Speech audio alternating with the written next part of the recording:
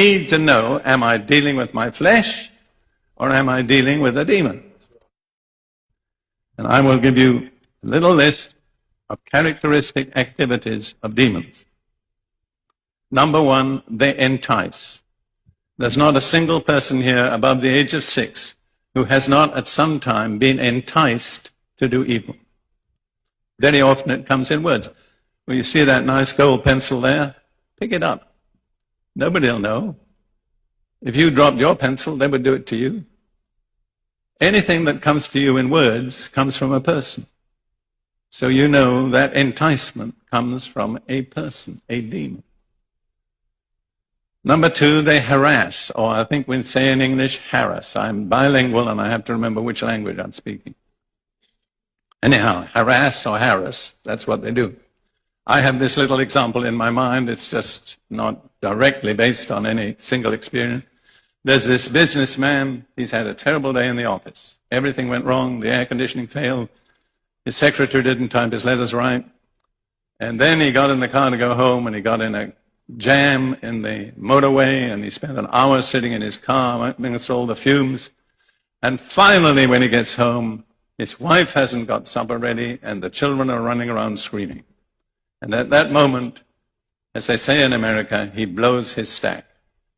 He loses control. He begins to shout and scream. And that demon of anger that has been following him around all day slips in. And after that, he's a slightly different person. From after that, at times, something comes over him and he wounds the people he loves most, his wife and children. And his wife looks at him from time to time and sees something in his eyes she never saw before. And then he's repentant and penitent, and he says, I'm sorry, I don't know what made me do it. Well, we do know what made him do it. It was the demon of anger, see? It had harassed him or harassed him, and in the moment of weakness, slipped in. Then demons torment. They are the tormentors. They torment spiritually, with the suggestion, God doesn't love you, you're not really saved. That's a common form of torment. They torment emotionally, with fear. They torment physically, with all sorts of horrible things like arthritis, and so on. They are the tormentors. And Jesus said, listen, if you don't forgive your fellow believer, God will deliver you to the tormentors. Who are they? The demons. A lot of Christians are in the hands of demons because they've refused to forgive some other person. Then demons compel. They make us do things we don't really want to do. That some of the things they compel you to do are really comical. I had a letter after a deliverance service from a woman aged 25, and she said, for the first week in my life that I can remember, I haven't been biting my nails. What made her bite her nails? A demon. Can you believe that? I know it's true. And then demons enslave. They make you slaves. You see, people can sin and stop sinning if they decide. For instance, a man may get drunk and then decide, I won't get drunk, and he doesn't drink anymore. He's sinned, but he's not enslaved. But an alcoholic is a man who can't stop drinking. He is enslaved. Now, if you put compel and enslave together, you get the word addiction.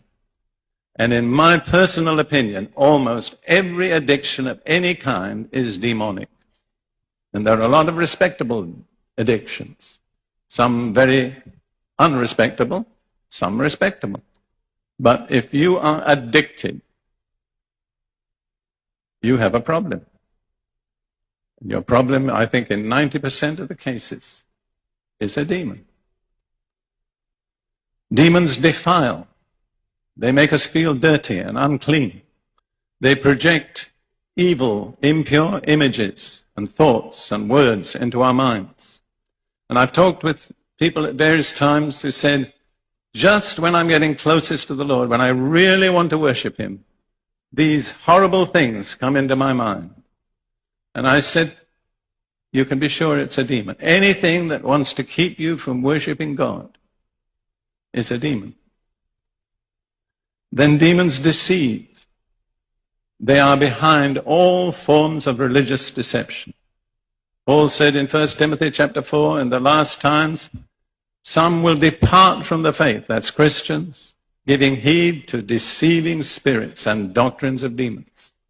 And believe me, my dear brothers and sisters, there are a lot of different deceiving spirits with doctrines that are demonic, and they're very near to all of us.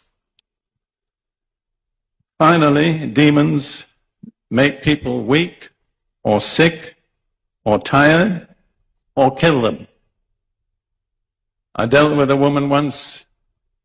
This is a remarkable situation. 72 different demons came out of her. She was a respectable woman. She was a registered nurse. She was charismatic, Pentecostal, but she had 72 demons. I didn't count them, but there was a woman making a little note of the names. And in the middle of this, it lasted 5 hours. She said, "Oh, I'm so tired. I can't go on. I can't take any more." And I thought, well, poor woman, she really is tired. And then the Lord showed me, that's not the woman, that's the demon.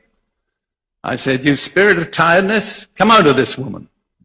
And it said, not the woman, it said, that's right, she's always tired. She's tired when she gets up. She's tired when she's going to bed. She's too tired to read the Bible, too tired to pray. When that spirit of tiredness came out of her, she was no longer tired. We finished the deliverance. Demons make you go to sleep. There's a spirit of slumber. It's referred to both in the Old and the New Testament. Have you ever considered that you can sit up till 2 a.m. watching something that you probably shouldn't be watching on the television? But if you decide to read your Bible, you go to sleep in 10 minutes. Is that right? That's not natural. There's something there that doesn't mind your watching television. In fact, probably wants you to watch it, but does mind your reading the Bible or praying.